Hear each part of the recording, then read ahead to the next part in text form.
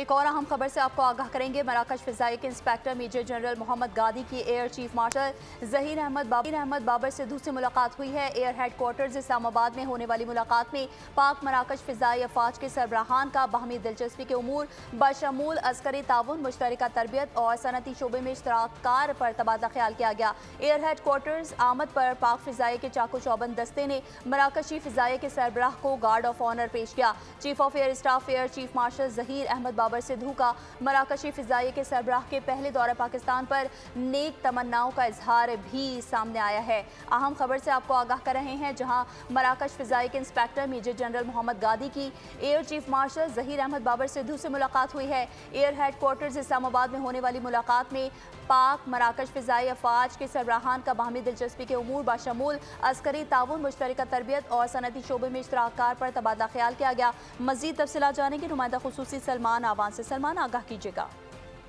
جی بالکل، مراکشی فضائیہ کے انسپیکٹر کا یہ پہلا دورہ پاکستان تھا اور اسی مناسبت سے ہم نے دیکھا کہ ایئر ہیڈ کوارٹرز کے اندر ان کا بڑا شاندار استقبال کیا گیا۔ پاک فضائیہ کے دستے کی جانب سے انہیں گارڈ آف آنر پیش کیا گیا اور ایئر چیف مارشل کی جانب سے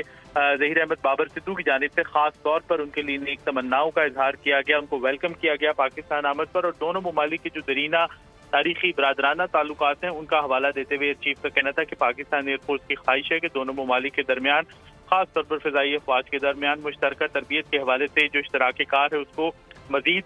فروغ دیا جائے۔ اس کا کہنا تھا کہ یہ جو پاکستان ایئر فورس کی تربیت کے حوالے سے جو اسٹرینتھ ہے اس سے وہ چاہتے ہیں کہ مراکشی ایئر فورس جو ہے وہ بھی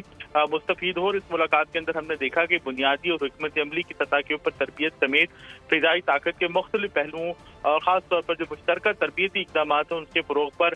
زور دیا گیا، اور دونوں جانب سے اس بات پر اتفاق کیا گیا کہ مشترکہ تعلقات، دفاعی تعلقات جو ہیں ان کو مزید فروغ دیا جائے گا، مشترکہ تربیتی پروگرامز ہوں، مشترکہ فوجی مشقیں ہوں، اور اس کے ساتھ ساتھ جو انڈسٹریل ڈومین ہے اس کے اندر بھی پاکستان اور مراکش کے تعلقات کو فروغ دینے کے اوپر بات ہوئی۔ اور جو مراکشی فضائیہ کے انسپیکٹر ہیں ان کی جانب سے پاکستان ایئر فورس کی جو حالیہ دنوں میں، حالیہ برسوں میں ہم نے دیکھا کہ پاکستان ایئر فورس نے جس طرح سے تیزی سے ڈیولپمنٹ کی ہے اس کو سراہا، اور اس کا کہنا تھا کہ وہ پاکستان ایئر فورس کی جو آپریشنل صلاحیتیں ہیں ان کو بہتر بنانے کے حوالے سے جو کردار ادا کیا گیا ہے موجودہ ایئر چیف کی جانب سے، اس کے اوپر خاص طور پر معترف ہیں۔ اس کے علاوہ انہوں نے ایئر ہیڈ کوارٹرز کے اندر جو نیشنل ISR ہے اور اس کے علاوہ انٹیگریٹڈ آپریشنز کے حوالے سے جو سینٹر قائم کیا گیا ہے، اور خاص طور پر جو ٹیکنالوجی پارک ہے ایئر ہیڈ کوارٹر کے اندر جسے national aerospace science and technology park کہا جاتا ہے، وہاں کا بھی دورہ کیا، اور جو ریسنٹ ترقی ہے پاکستان ایئر فورس کی مختلف ڈومینز کے اندر اس کے اندر انہوں نے خاص طور پر اس کو سراہا۔ جی ٹھیک ہے، ملاقات کا احوال بتا رہے تھے نمائندہ خصوصی سلمان آوان، آپ کا بہت شکریہ۔